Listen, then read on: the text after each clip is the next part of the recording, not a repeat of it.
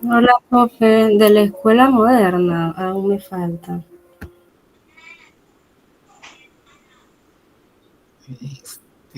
Bueno, vamos a compartir aquí un poco, ver si logran hacer los análisis. Alguien pidió entrar.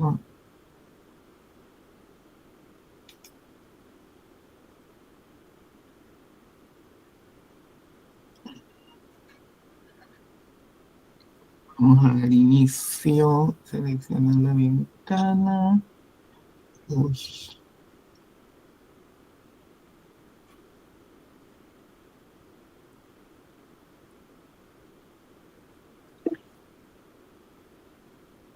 Necesito permiso para compartir.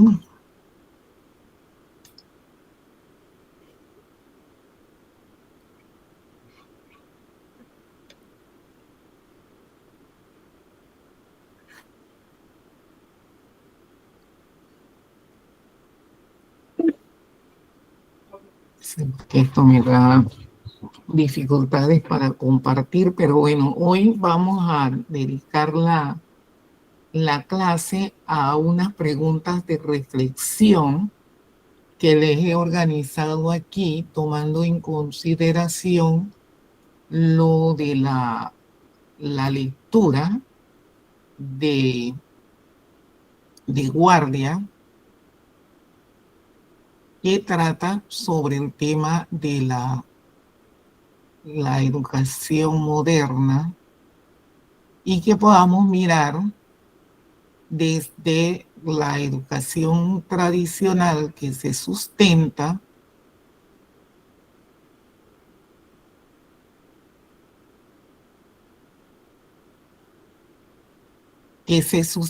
allí. Creo que todas pueden ver la pantalla. Vamos a hacer algo aquí.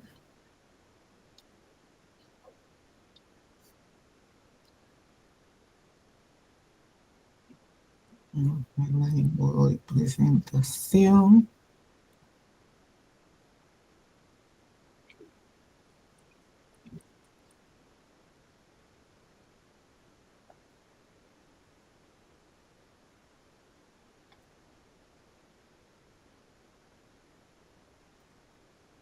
De manera que podamos ir pues trabajando el documento y ustedes haciendo parte del análisis. Necesito que voy a tomar muy en consideración cada una de sus opiniones con relación a la temática, tomando en consideración que es un tema que ya lo hemos estado mirando desde los filósofos y que ustedes pueden hacer una reflexión también desde el punto de vista de lo que nosotros conocemos, que vivimos en la realidad del día a día de la sociedad.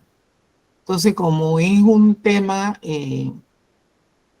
recurrente en la parte de la educación y que siempre vemos pues que todos podemos hablar de educación y él en su documento presenta que no todo el mundo en realidad puede ser educador, porque los papás tienen sus hijos y luego van aprendiendo porque no fueron a una escuela, pero en educación las personas tienen que ir a una escuela para poder aprender acerca de las metodologías, de la pedagogía, de los filósofos, de cómo hacer el arte de enseñar y otros elementos. Entonces vamos a estar analizando y vamos a empezar por escuchar sus voces con relación a estas fotografías que les tengo allí,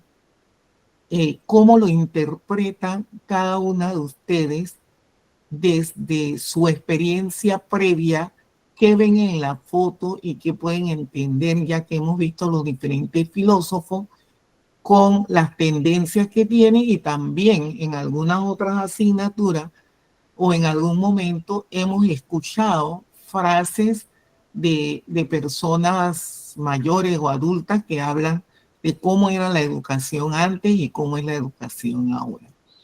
Entonces a cada una le doy 2 minutos para que expresen lo que observan en esta primera 4 imágenes.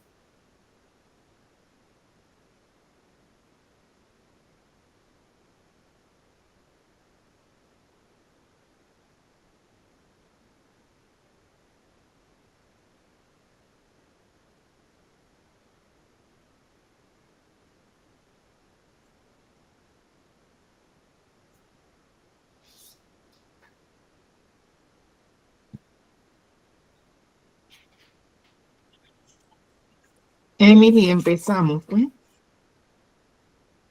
Emily, Osiris, Mirjana y Marita.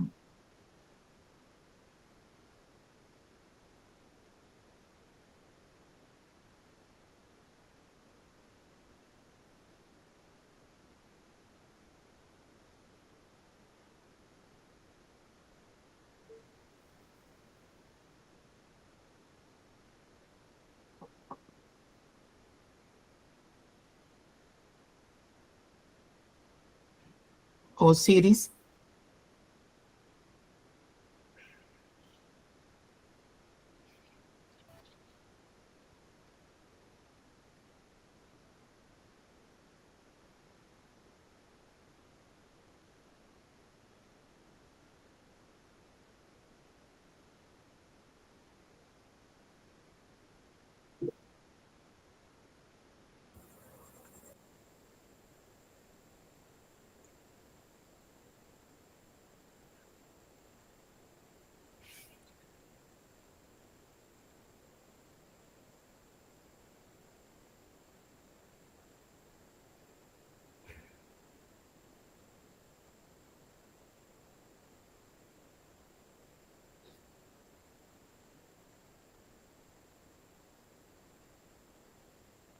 Mirjana.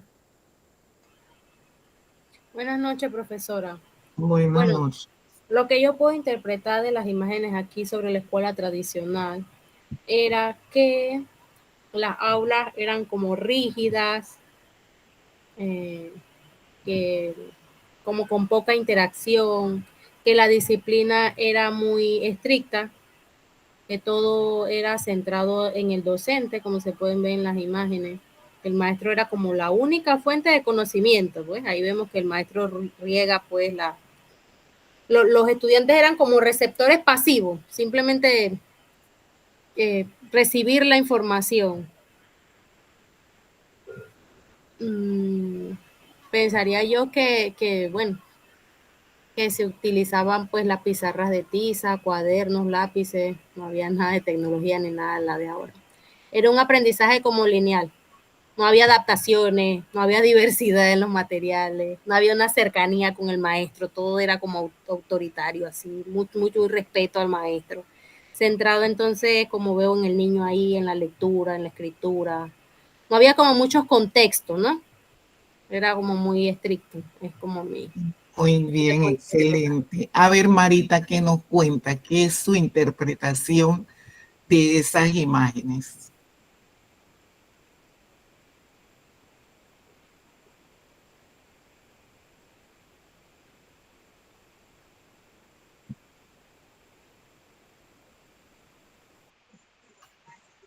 Pareciera que en el aula nada más está Mirjana y yo. Bueno, como en la parte superior dice que había escuela tradicional, muestra dos imágenes antiguas, una con un maestro al frente y los alumnos sentados en fila, otra con un profesor de pie leyendo o hablando a la clase. Y bueno, representa el modelo educativo clásico, ya que el maestro transmite, los alumnos escuchan y memorizan. Y la otra imagen, la parte inferior izquierda, muestra que caricatura de un profesor lanzando conocimiento, ya como están dibujando como un objeto, ya que para que los estudiantes que estén alineados. Simboliza la enseñanza como un acto unilateral, donde el profesor entrega información y los alumnos solo lo reciben. Y la parte inferior central significa que caricatura de un maestro vertiendo información en la cabeza de un alumno a través de un embudo. Representa ya que el aprendizaje mecánico o memorístico donde se rellena al estudiante de datos sin que se fomente la comprensión o el pensamiento crítico. Y la última parte inferior derecha significa que fotografía antigua de una maestra leyendo en voz alta, mientras los estudiantes en pupitres individuales trabajan en silencio. Esto significa que está reforzando la idea de una aula rígida, centrada en la disciplina y en la transmisión pasiva de contenido. Y bueno, la diapositiva de esa imagen muestra el modelo de la escuela tradicional, donde el maestro es el centro que transmite información de forma unidireccional.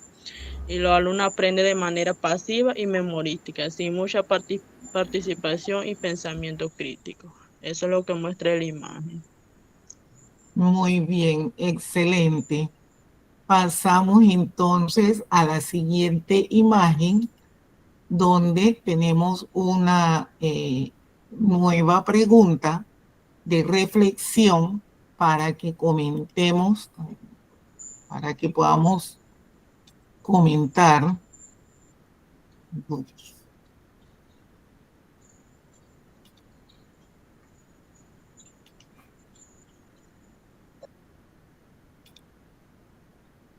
O Siri, ¿usted iba a comentar algo? Sí, profesora, pero ya va a pasar la imagen. No comente mientras paso. Ok, pude observar que el docente es la figura principal, por decirlo así, la autoridad, ya que él transmite su conocimiento a los estudiantes y también los alumnos que son pasivos, pues, como que tienen un rol pasivo y receptivo, y su tarea principal sería escuchar al docente. Ajá, se queda allí porque le va a tocar la primera en la siguiente diapositiva. Que dice Emily que tiene problemas con el internet. Bien, vamos a ver entonces esta Osiris. Mirando un poco que pasamos del tema de lo que es la escuela tradicional, donde realmente pues sí, vieron allí algunos aspectos que se consideraba que las personas tenían una abertura en la parte de arriba de la cabeza y que por allí entraban los conocimientos. Recuerden que en esa escuela también tradicional, después se fue dando la apertura para el tema de la coeducación, donde pudieron entrar las mujeres a estudiar, porque primeramente, como nos han dicho los grandes filósofos, la escuela estaba enfocada solamente en los varones y las mujeres aprendíamos a hacer los quehaceres de la casa. Tomando en consideración eso, pues, entonces, y presentando lo que ustedes vieron, la lectura, el docente es el centro del conocimiento, que todo lo sabe, los alumnos estamos sentados de manera muy receptiva, sin una participación activa.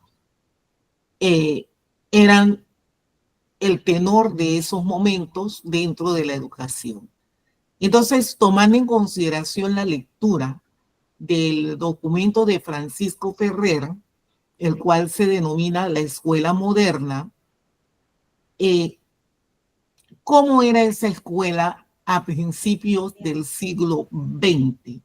¿Qué reflexión podemos hacer tomando en consideración lo que Ferrer y Guardia presenta en su documento? Y allí vemos algunas imágenes que luego nos ayudan y nos aportan. A ver, Osiris, empezamos por usted. Ok. Es un sistema educativo tradicional, autoritario, y también pude también leer en el documento que había muchas desigualdades sociales, y que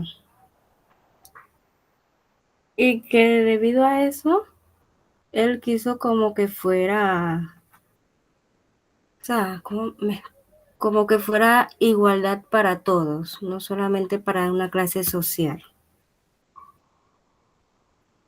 Muy bien, Mirjana, ¿qué nos alimenta allí? Bueno, en lo que leí de Francisco Ferrer, ideas que motivaron fue que a través de la razón y el pensamiento crítico, él hablaba de que se podía descubrir la verdad del mundo. Entonces rechazaba un poco lo que eran los dogmas religiosos y las enseñanzas basadas en la fe, que era lo que era del siglo anterior, que es lo que había dominado todo. Podemos hablar, también hablaba de libertad intelectual, quería formar no nada más hombres, sino también mujeres libres y capaces de pensar por sí mismos. Eh, en cuanto al laicismo y anti-autoritarismo, se oponía entonces al control por parte de la iglesia, que era lo que predominaba anteriormente, y promovía entonces una educación laica, pero sin imposición religiosa ni moral. En cuanto a la coeducación que usted mencionó, bueno, que fuera igual para ambos sexos y para todas las clases sociales. Marita, ¿qué opinaba él sobre los exámenes?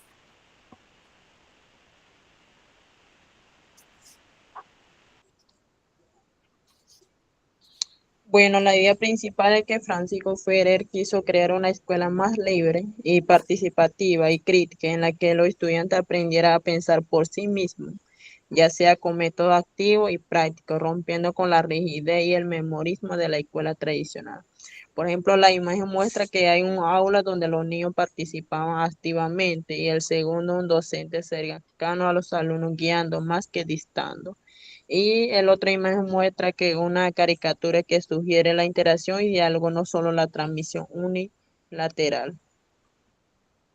Y el tema del castigo, ¿verdad? Por un lado, ¿quién nos falta? Emily ya arregló lo del teléfono, lo del el audio.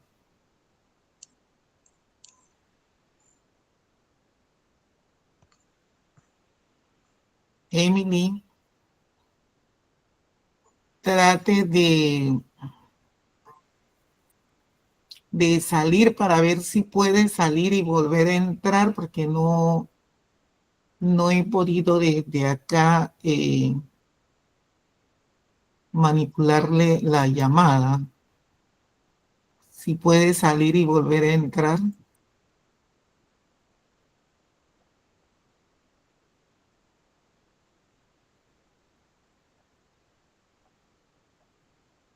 Para ver si puede volver a entrar para que no...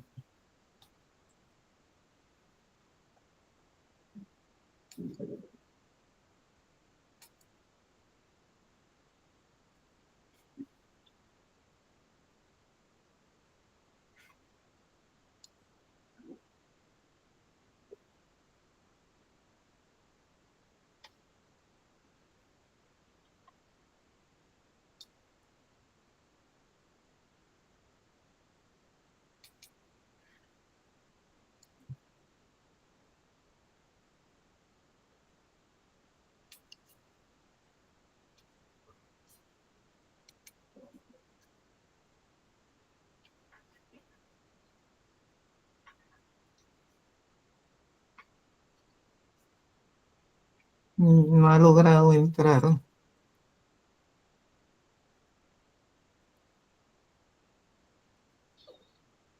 Bien, entonces seguimos aquí con nuestra reflexión. Aunque algo han mencionado, podemos mirar un poquito más desde el punto de vista de que Ferrer criticaba definitivamente la memoria. Y nosotros tenemos teóricos hoy que han hecho la inversión de la pirámide, donde nos dicen que la memoria antes estaba en primer lugar, pero ahora está la creatividad. Y él criticaba pues esa memorización y la disciplina militarista que había en las escuelas de esa época. ¿Cómo consideran ustedes estos elementos? ¿Todavía persistirá en la escuela de hoy la memoria? ¿O si ustedes consideran que hay diferencias? Empezamos por Marita. Bueno, yo considero que todavía hay, profesora. Aún hay escuelas con métodos centrados en repetir información, ya sea tarea repetitiva y norma estricta. Y la diferencia ahora se busca más participación, trabajo en grupo, uso de tecnología y aprendizaje práctico. Por ejemplo, la imagen muestra que hay un estudiante en contextos actuales, ya algunos concentrados y otro aburrido y un aula vacía, lo que sugiere que aunque ha cambiado la forma en algunos lugares, todavía persisten prácticas tradicionales. Por ejemplo, hoy en día podemos ver que hay estudiantes que son un poco aburridos, hay algunos que no les gustan, y bueno, yo veo que la práctica sigue todavía hoy en día. Osiris. Bueno, yo digo que la memorización todavía sigue en varias escuelas porque también la utilizan con varias asignaturas, como lo son la matemática, también la historia, biología, y hay más asignaturas que también utilizan la memorización todavía. Mirjana, ¿qué nos dicen? Que sí, en muchos de los sistemas educativos actualmente la memorización pues sigue siendo parte de ese proceso de aprendizaje que va basado en el modelo tradicional. Sin embargo, yo considero de que actualmente se está buscando la manera de transformar las estrategias, ¿sí? Y soltar un poco lo que es la memorización mecanizada. Hay muchos educadores que buscan actualmente pues hacer aprendizaje basado en proyectos, resolución de problemas, un pensamiento más crítico y creativo. Entonces sí, definitivamente necesitamos la memorización para construir conocimientos básicos en la historia, en las matemáticas, en ciencias naturales, pero definitivamente pues se le puede dar un cambio radical y en vez de tener estudiantes que repitan información, podemos hacer que apliquen en la vida diaria lo aprendido en clase. Perfecto. Emily, ahora sí.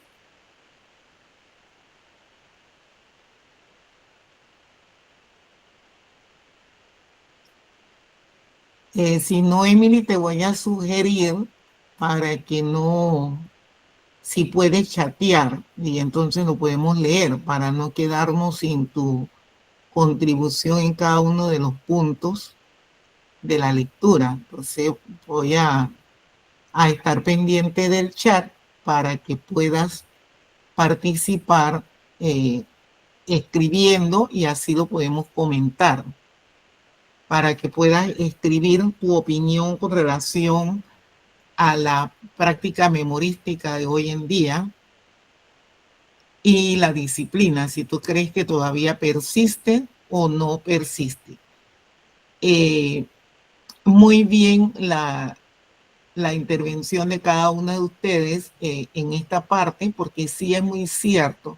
Hay algunos elementos que podemos aprender porque necesitamos tenerlos fijados en nuestra mente y lo podemos considerar como algo de memoria que tenemos que utilizar, pero esa memoria también tiene que el estudiante o el individuo o el ciudadano de hoy poder hacer la articulación con algo que le permita tener ese conocimiento, pero la aplicabilidad de ese conocimiento, para qué nos sirve y cómo lo podemos utilizar en momentos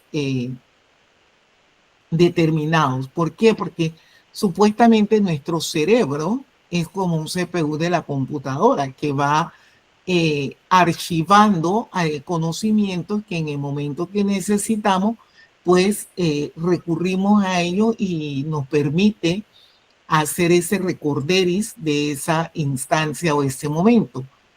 De allí la importancia, pero la escuela hoy en día tiene que ser mucho más activo porque tenemos contextos y ambientes y entornos que nos llevan a poder articular lo que estamos aprendiendo y lo que estamos aprendiendo no para el momento, sino que estamos aprendiendo para toda la vida. Y desde ese punto de vista de que estamos en ese constante aprender para la vida, es que nosotros podemos, pues prácticamente hacer uso de lo que aprendemos en un momento, en otro momento, porque vamos relacionando los diferentes hechos, los tiempos, los momentos y esos aprendizajes que vamos pues adquiriendo.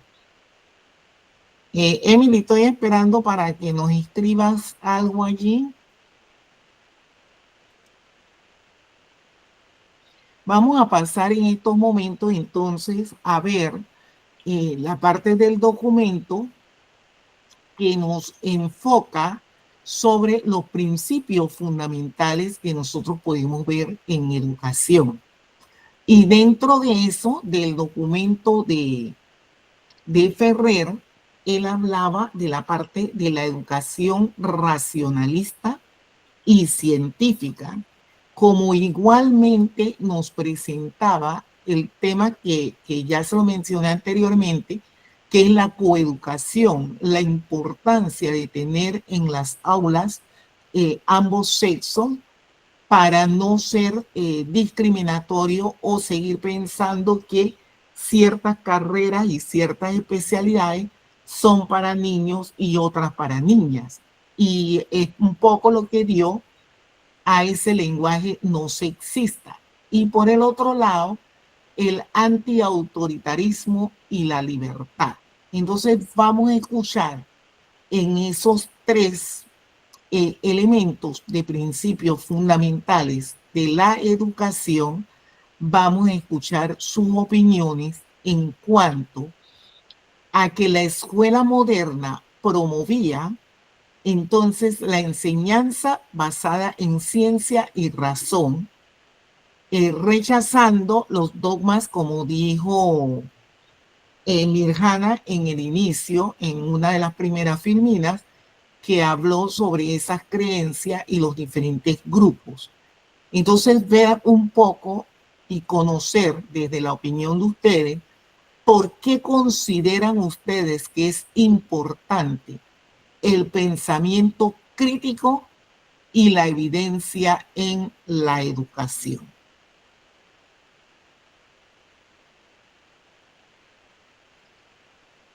Vamos a hablar de pensamiento crítico y la evidencia en la educación. Esos dos elementos. Le doy la oportunidad para que puedan ir presentando en el orden que ustedes desean en esta parte de las tres filminas que siguen.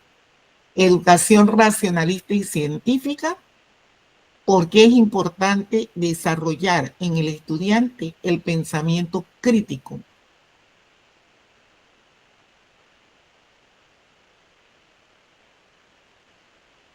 Emily, recuerda escribir en el chat.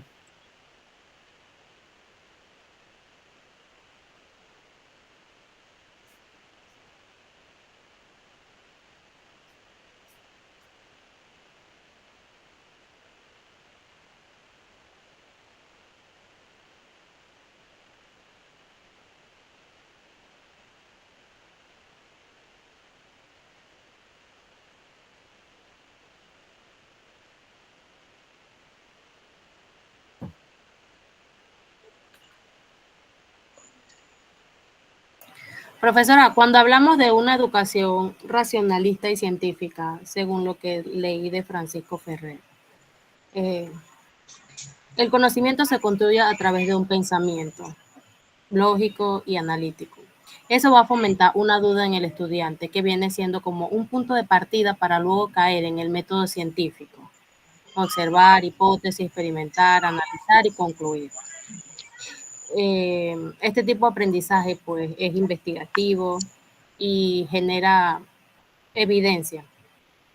Va como en contra de lo que anteriormente se practicaba a través de la educación por medio de los dogmas, porque la iglesia era que tenía el control de todo. Entonces allí eso viene a cambiar cómo se daba la educación en ese momento. Una vez el estudiante pues practique lo que es el método científico, va a cuestionar, va a analizar conceptos, pero más que todo va a desarrollar su propio criterio y va en contra entonces de esa memoria mecánica que era el único método de aprendizaje que se llevaba anteriormente. Al cuestionar conceptos y tener nuevas ideas, el alumno se convierte en el protagonista de ese proceso evolutivo.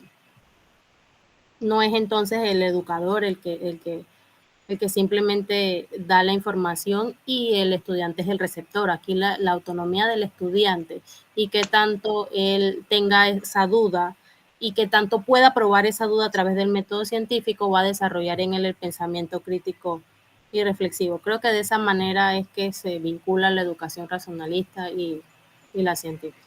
La ciencia, excelente, muy bien. A ver, ¿quién más aporta? Profesora, yo opino que a diferencia de la escuela tradicional, que colocaba al alumno como pasivo, yo digo que fomentando el pensamiento crítico puede ayudar a que el propio estudiante desarrolle su propio aprendizaje.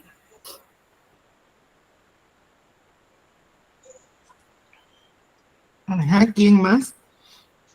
En uno de los escritos o los párrafos de Ferrer, él nos indicaba, o sea, hubo un momento en que se abrieron tantos centros, se iban multiplicando por la necesidad, el interés también de las personas de recibir una educación, que también allí se va introduciendo la familia para mediar con ellos, ¿no? Entonces, esto convierte en un destello de la razón y la ciencia, lo que lleva entonces a los docentes a tener que prepararse más e ir cambiando también la forma en que desarrollan las actividades educativas y que pueda haber, por un lado, mayor participación de los niños. Ya allí vamos viendo que se va cambiando, como han señalado, el rol protagonista del docente y empieza a ser el centro de la educación el estudiante, porque el estudiante también trae experiencias previas de la casa que le permiten ir relacionando esa escalera que llamamos de aprendizaje, donde lo que yo traigo de la casa o de mi contexto, mi entorno, más lo que me va dando el docente en el aula de clase, me permite subir al otro escalón construyendo un nuevo aprendizaje. Entonces, entre ese ir y venir, también me permite empezar a hacer análisis y ser más crítico de ese ambiente que me rodea, que yo estoy viendo que está lleno de experiencias, de conocimiento, de saberes, y que yo puedo utilizar también para ir construyendo nuevos aprendizajes. Entonces, hoy lo llamamos aprendizaje basados en problemas, aprendizaje basados en proyectos, pero en ese momento era empezar a desarrollar ese pensamiento crítico en el siglo XX. Se ve que ya los precursores de la educación y las personas que se están educando empiezan a tener criterios, a tener diseños y a ver qué cosas también pueden innovar a partir de la creatividad en el aula de clase. Emily nos señala aquí que el pensamiento crítico en el estudiante, ya te doy la palabra, Marita, es importante porque permite analizar información, diferenciar hechos de opiniones, tomar decisiones fundamentales y resolver problemáticas de forma creativa. También fomenta la autonomía intelectual y evita que se acepte,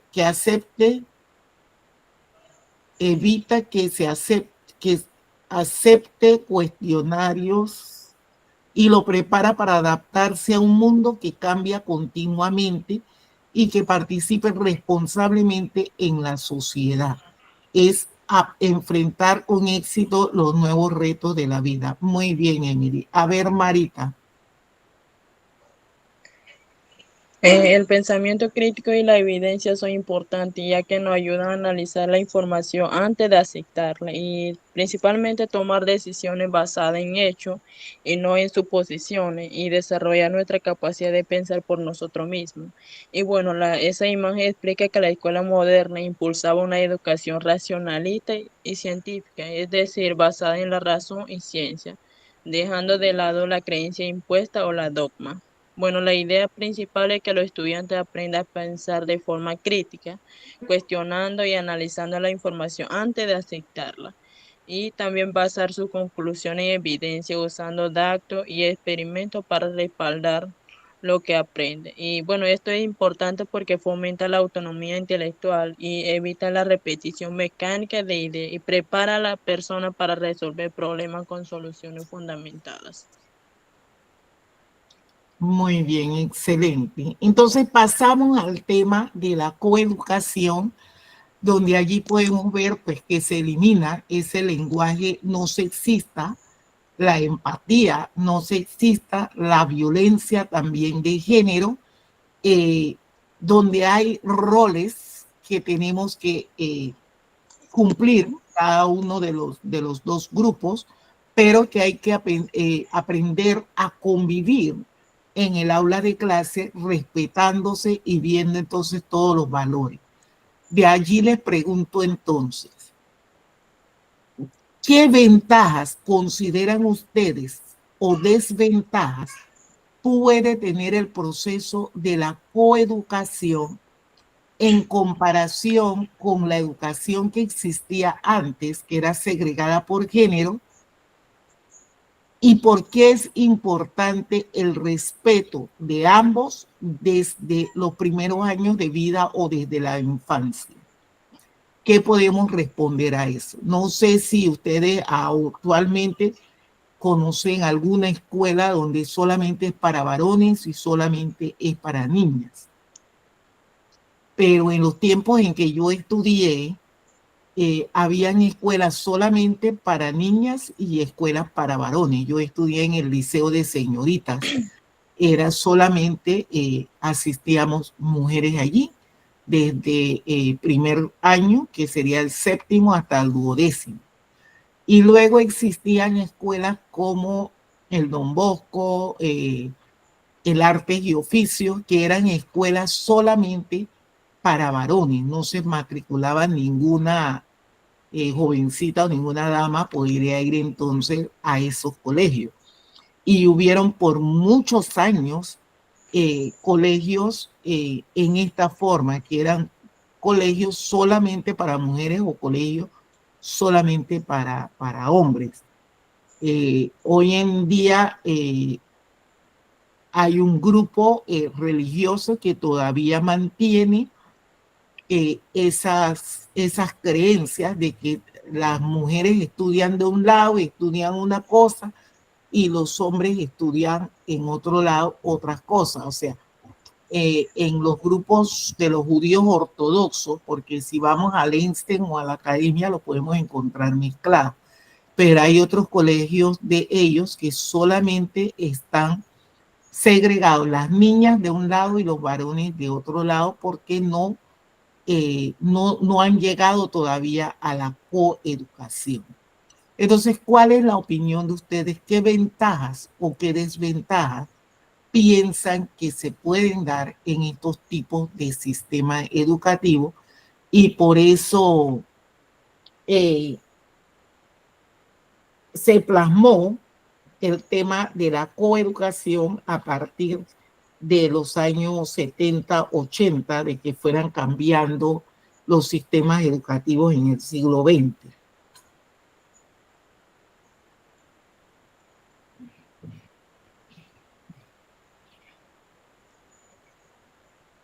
Bueno, yo considero que principalmente la coeducación y el respeto a la infancia, que la escuela moderna significaba que los niños y niñas estudiaban juntos, ya sin separación por género. En ese momento había ventaja, por ejemplo, favorecían la igualdad de oportunidades entre niños y niñas y fomentaba el respeto y la convivencia de la infancia. Y la desventaja que si no se manejaba bien podía mantenerse actitudes sexistas dentro del aula, principalmente en contextos muy machistas, puede haber resistencia al cambio. Y en la actualidad, que la ventaja actual promueve la igualdad de género y la convivencia respetuosa, preparando a niños y a niñas para trabajar juntos en la sociedad. Y la desventaja es que persisten actitudes machistas o estereotipos que pueden influir en el trato y la participación en clase, aunque estudien en conjunto. Y bueno, esa es la desventaja que actualmente existe, considero pues. Ok, Emily nos señala por acá que la coeducación se limitaba a que niños y niñas compartieran el aula con roles y expectativas diferentes. Había menos políticas de igualdad y muchos estereotipos. Ahora se busca una verdadera igualdad de oportunidades, acceso equitativo a todas las actividades, prevención de la discriminación, aunque aún persisten algunos sesgos y desafíos. A ver qué me comentan Mirjana y Osiris. Profe, que al convivir pueden aprender juntos los niños y niñas y tienen la oportunidad de colaborar, de competir y socializar. Y esto ayuda a derribar los roles de géneros tradicionales y a promover la igualdad para las oportunidades. La coeducación puede fomentar la empatía, el respeto mutuo y la capacidad de diálogo, lo cual tiene un impacto positivo en la convivencia escolar.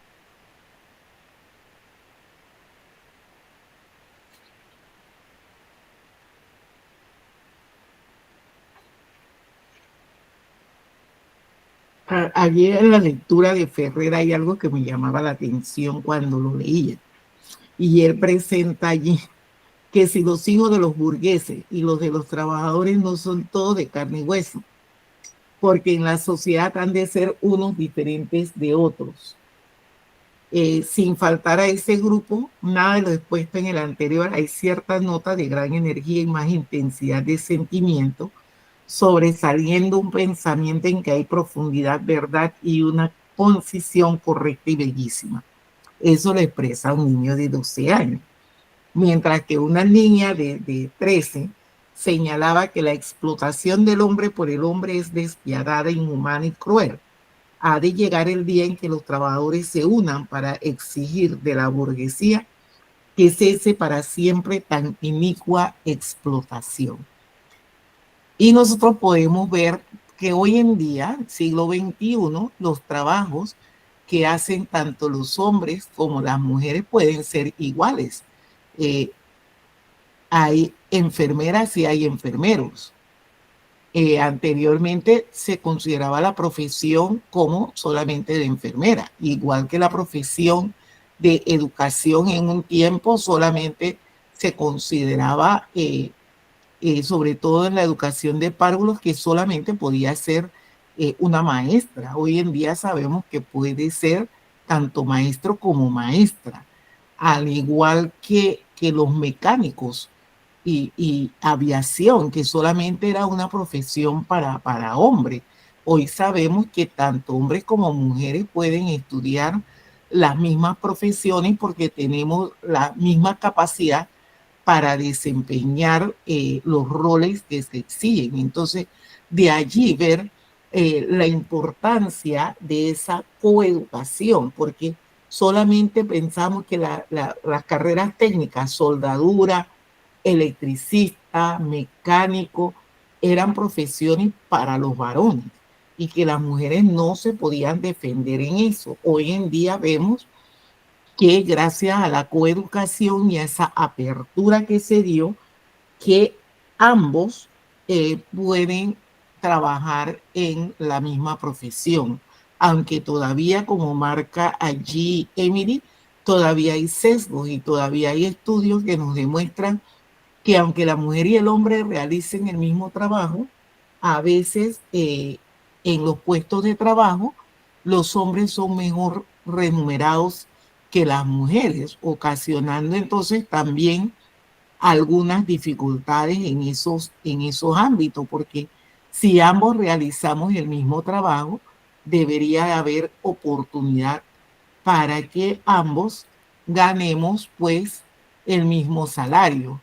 Y todavía hay estereotipos que están marcando que no. Entonces podemos mirar y analizar esto. Vamos a ver en el tema de, para terminar con los principios fundamentales, el tema de antiautoritarismo y libertad. Cuando Ferrer nos señala que si una escuela puede funcionar sin reglas ni autoridad. ¿Y cuál es la diferencia entre disciplina y autoritarismo? A ver, escuchamos.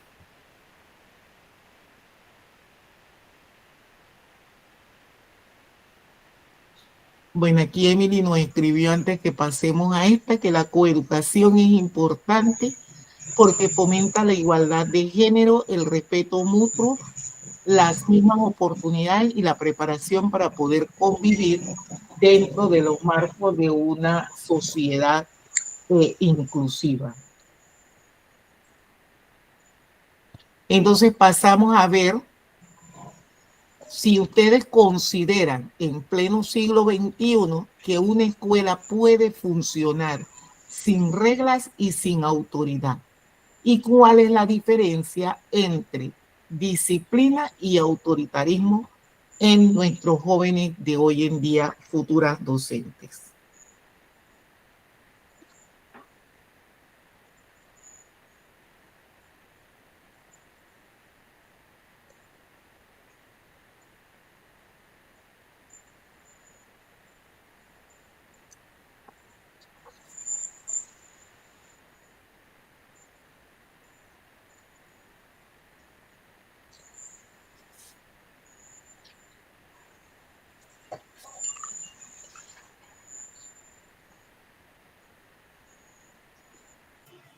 Profesora, cuando hablamos de antiautoritarismo, no hablamos de una anarquía, sino un rechazo a ese poder impuesto, pero sin diálogo y sin justificación. Entonces, podríamos transformar eso, esa autoridad vertical, en un liderazgo horizontal, porque la ausencia de una estructura puede generar caos en una escuela. Pero si hablamos entonces de una autoridad democrática o una disciplina democrática, le va a permitir a los estudiantes comprender el sentido de las normas, que participen en la construcción de esas normas y que desarrollen un autocontrol. Se vincula con el término libertad, porque libertad en la escuela no significa que van a hacer lo que quieran, sino poder elegir dentro de ese marco respetuoso cómo se van a manejar y cómo se van a autocontrolar los estudiantes. O sea, van a ser personas libres, más no totalmente como obedientes o como robots. Si comparamos disciplina con autoritarismo, la disciplina vendría siendo respeto mutuo a través de acuerdos, con normas claras, que sea un poco más participativa y con responsabilidad. Mientras que el autoritarismo hablamos de una imposición, de una obediencia ciega, de castigos, de amenazas, de algo unilateral que tenga un nivel de jerarquía. Entonces son totalmente conceptos diferentes. Perfecto. ¿Qué opinan las demás? Bueno, Ferrer proponía que los estudiantes tuvieran libertad para aprender evitando el uso de castigo y el exceso de autoridad, principalmente fomentar un ambiente donde el respeto mutuo y la responsabilidad sustituyan al miedo y la obediencia ciega. Y bueno, diferencia, en vez de imponer normas por la fuerza, se enseña a los estudiantes a comprender y asumir a la importancia de la regla. Y la diferencia entre disciplina y autoritarismo. Disciplina son las reglas y hábitos que ayudan a mantener el orden y el respeto, pero se aplica de forma justa, ya explicando y el por qué, fomentando la responsabilidad. Mientras autoritarismo es imponer órdenes y normas de manera rígida, sin diálogo ni participación, buscando obediencia ciega a través del miedo o la sanción. Osiris, dígame. Profesora, la libertad y el antiutarismo, la escuela moderna rechazaba los castigos, premios y exámenes. El aprendizaje debía ser una experiencia libre en la que el alumno era un sujeto activo y no un mero receptor de información. Se fomentaba este pensamiento crítico y la autonomía. En la disciplina se centra más que todo en el desarrollo de la autodisciplina y la responsabilidad personal. Perfecto. Aquí Emily nos dice que el antiautoritarismo rechaza el control rígido y la imposición y busca que el estudiante actúe por autonomía y responsabilidad propia con mínima intervención del docente como figura de mando. Y la disciplina establece normas y límites claros para guiar la conducta, implica control, pero puede aplicarse de forma respetuosa y formativa, no solo punitiva. Y el antiautoritarismo quiere decir libertad máxima, casi sin jerarquía, y disciplina el orden mediante reglas y límites. Para abrir una escuela aquí en Panamá, la escuela tiene que presentar una cantidad de documentos. Dentro de esos documentos, además de tener la misión, la visión y los principios que rigen la escuela, tienen que tener un documento donde dicen cuáles son las reglas del juego para el padre de familia, cuáles son las reglas del juego para los docentes y cuáles son las reglas para los estudiantes. O sea, tienen un documento que habla de las cosas que funcionan dentro de la escuela para que tanto el padre de familia como el estudiante y el docente conozcan. Además, nosotros tenemos una gran cantidad de legislación en el tema de familia y niñez, adolescencia y niñez. Está la Convención también de los Derechos del Niño, y en una escuela se tiene hoy en día que respetar todo eso, porque es parte de la reglamentación que va a tener la escuela.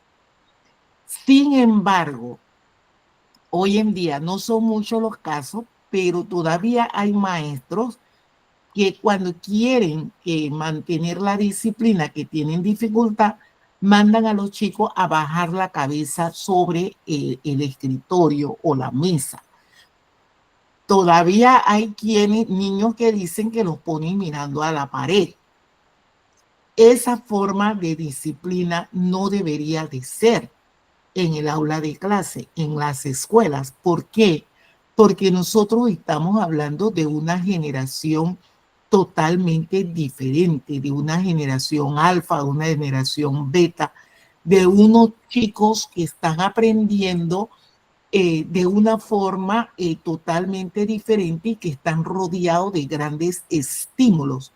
Si el docente empieza a escuchar más a sus estudiantes en el aula de clase o a hacer actividades más participativas donde pueda escuchar al estudiante y el estudiante pueda ir desenvolviéndose con lo que conocemos como aprendizaje significativos, que lo que yo aprendo de mi entorno lo traigo al aula de clase y lo que aprendo en el aula de clase lo llevo a mi entorno y vamos enriqueciendo esos saberes que tiene que tener el niño. Hablamos de saber aprender, de saber hacer, de saber ser, de saber convivir y del saber digital. Entonces, en la medida en que los chicos puedan ir disfrutando de esos ambientes, de esos conocimientos, nosotros nos vamos dando cuenta que el docente no tiene que por qué querer tener y mantener ese rol de autoritario en el salón, que yo tengo la última palabra y que yo, sino que cuáles son las reglas del juego. El estudiante debe de conocer las reglas desde el inicio del año escolar o de la asignatura para poder desempeñarse siguiendo esas normativas en el aula de clase y así no tener dificultad en su desenvolvimiento.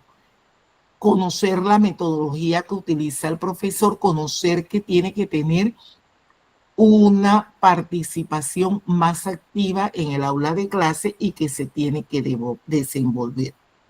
Entonces ahora vamos a pasar al último segmento de la lectura, donde vamos a ver un poco la metodología y la práctica en ese enfoque de lo que debe de ser el aprendizaje en siglo XXI, que debe de ser un aprendizaje más práctico y más operativo, donde podemos poner en marcha esos saberes, ver un poco la autonomía del estudiante, del docente y cómo procede los procesos de autogestión o de emprendimiento dentro del rigor de los principios de valores. Pasaremos entonces a hacer una reflexión de la temática y dentro de esa reflexión, pues la conclusión. Y con eso ustedes deben de estar pues preparadas para hacer el escrito que deben de subir para la evaluación sumativa.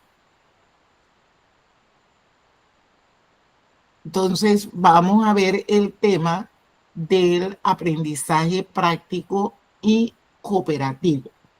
De allí les voy a hacer la pregunta.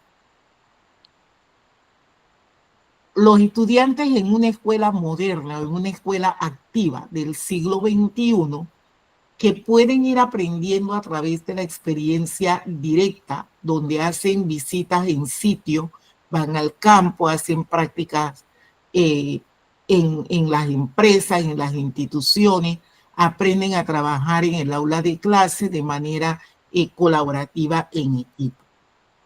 La pregunta es, ¿qué beneficios trae aprender haciendo en lugar de solamente estar escuchando? ¿Qué beneficios trae el aprender haciendo en lugar de solamente escuchar? Acuérdense que en la escuela tradicional escuchábamos. En la escuela de hoy debemos de desarrollar nuestros saberes haciendo, aprendiendo en la medida en que estamos trabajando de manera muy colaborativa.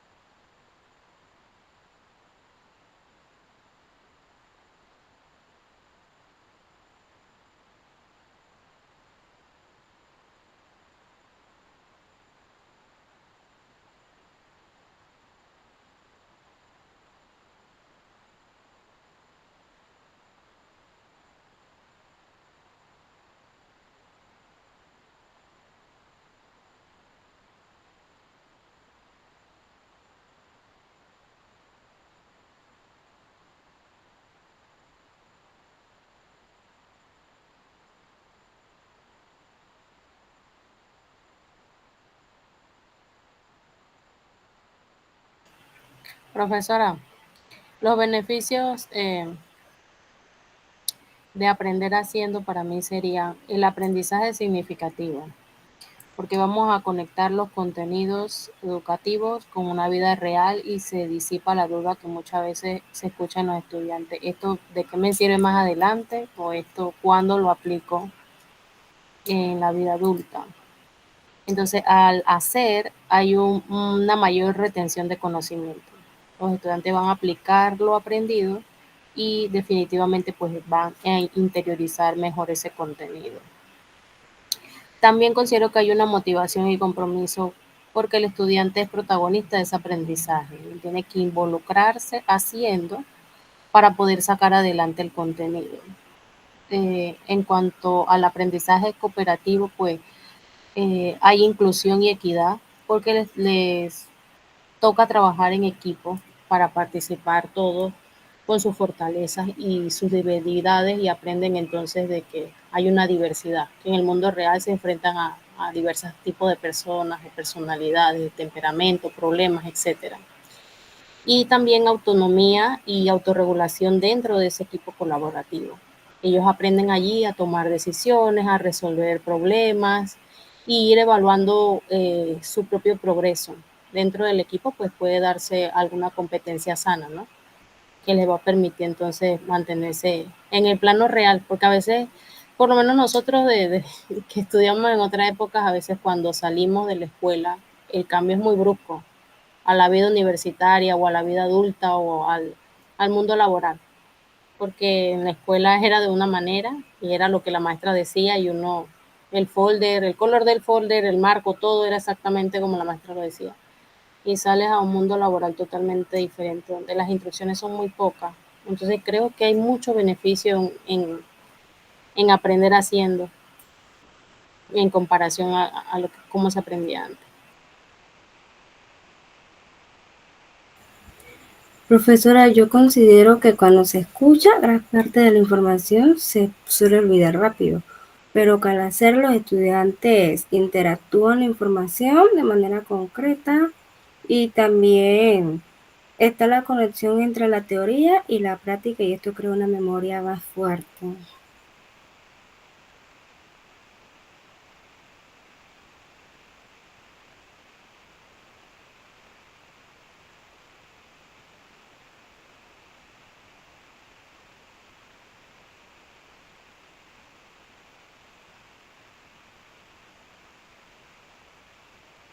Profe, su micrófono está apagado.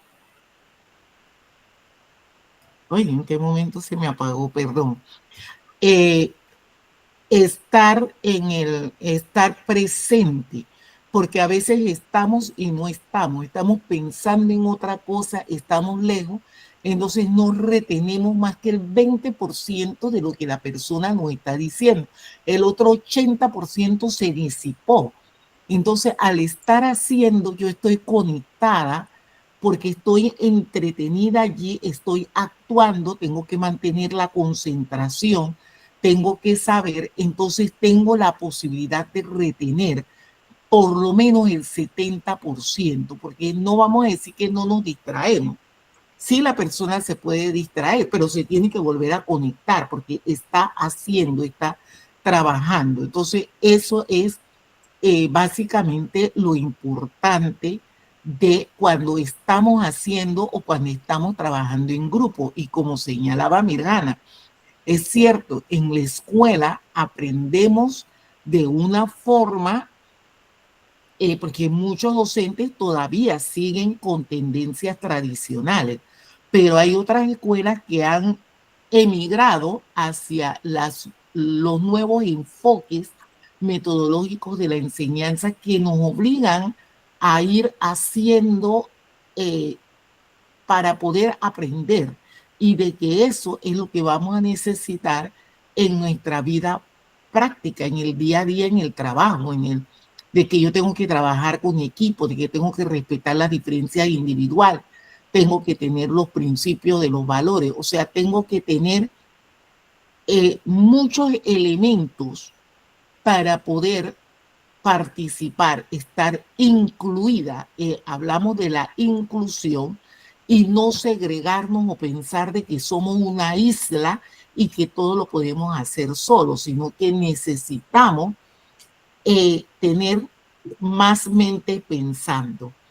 Y Emily ya puede hablar, o le leo lo que tiene escrito aquí. Ella habla del pensamiento crítico, donde haya mayor motivación y participación activa y la capacidad definitiva para resolver los problemas reales, conectar de manera directa entre lo que es la teoría y la práctica, porque eso favorece una comprensión más profunda y permite aplicar lo aprendido. Desarrollar habilidades prácticas y motivarse más y aprender a resolver problemas reales en lugar de solamente hacer la memorización. Entonces, eso definitivamente que es fundamental y que lo debemos de mirar. Vamos a ver entonces el tema de la autonomía y la autogestión. Allí miramos, ¿no? Tenemos un circulito aquí que le he puesto de rotación, donde empezamos con un diagnóstico inicial, luego profundizamos un poco más, construimos nuestra hipótesis que nos explique o nuestras propuestas de cambio. Luego vemos las actividades, las acciones que tenemos que desarrollar, las competencias que tenemos que lograr y hacemos una evaluación, de manera que nos permita ver cuánto nos aproximamos a lo que habíamos planteado inicialmente. Entonces, ¿qué habilidades piensan ustedes que se desarrollan cuando hay que tomar decisión sobre mi propio aprendizaje? ¿Cómo yo puedo aplicar esto cuando ustedes sean docentes en el aula de clase? Porque yo tengo que llevar lo que estoy aprendiendo ahora para mantenerlo cuando entre al aula de clase, porque ya cuando ustedes ingresan a un aula de clase ya no pueden ir con lo tradicional. Tienen que innovar y llevar cosas nuevas al aula, que es lo que van a requerir los estudiantes beta. Los estudiantes que están naciendo ahora necesitan otra forma de aprender. Ellos traen otro chip y nosotros tenemos que ajustarnos para enseñar de acuerdo a las nuevas tendencias y a la tecnología. Cada vez se va haciendo más y más la inteligencia artificial. Después de eso no sé qué va a venir, pero nosotros tenemos que ir entrando a ese ámbito de querer cambiar e innovar. ¿Cómo lo ven ustedes? ¿Cómo van a aplicar la autonomía y la autogestión en sus aulas de clase?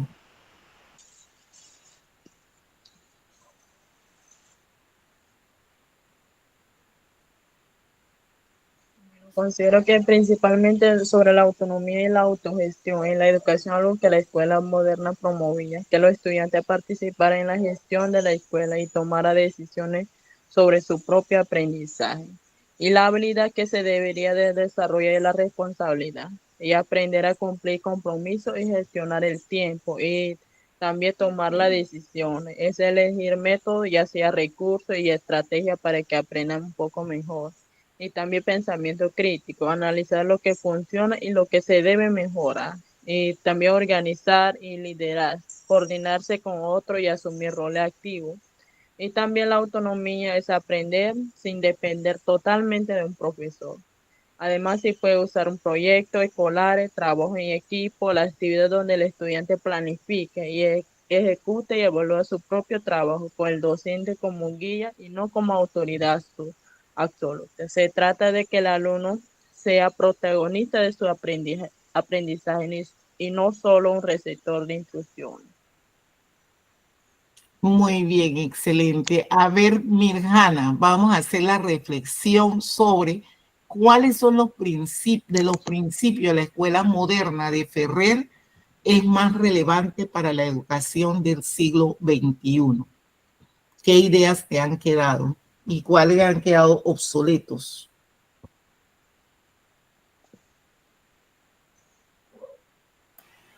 ¿Qué ideas me han quedado? El beneficio de aprender haciendo.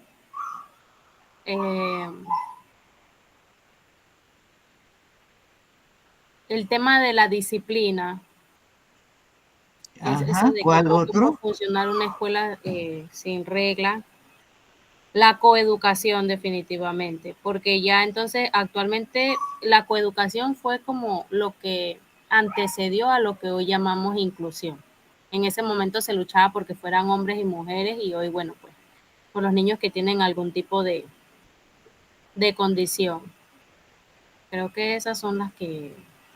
Y bueno, sí seguimos con la educación racionalista y científica, pero creo que va tomando como otro camino, porque con el tema de la IA, de la inteligencia artificial,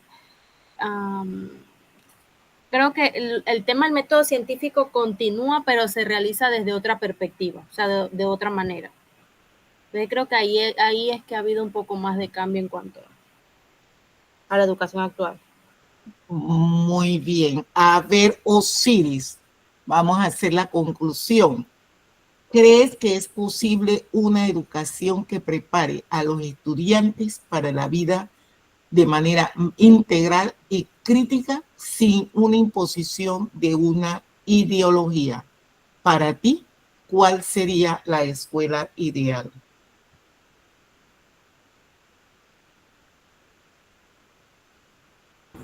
Ok, para mí una escuela ideal sería una que fomentara, no sé, el pensamiento crítico,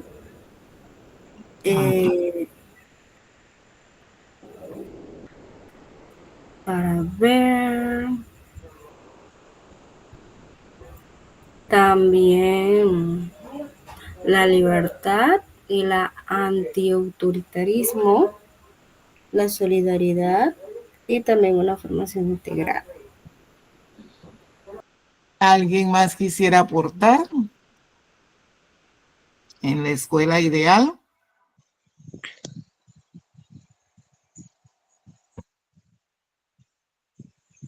Marita, dígame. Bueno, yo principalmente cuestionar si es posible formar al estudiante preparado para la vida de manera integral y crítica, sin imponer una ideología única. Y bueno, fomentar pensamiento crítico y la autonomía, e integrar conocimiento académico, ya sea habilidades sociales y valores humanos. Y también ser inclusiva, respetuosa, libre de adoctrinamiento y también usar método activo, práctico y adaptado a la realidad actual.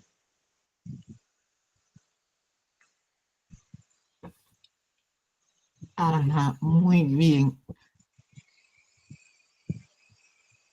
Yo no sé, yo estoy viendo aquí, la coordinadora docente está puesta, no, ya no está. Bien, bueno, ya nosotros estamos en la 6ª semana de clase y ustedes tienen que ir complementando las actividades que tienen allí para que yo pueda realizar la calificación. Entonces les voy a pedir en esta semana traten de hacer eso y que también les toca pues organizar el Pechacucha para presentarlo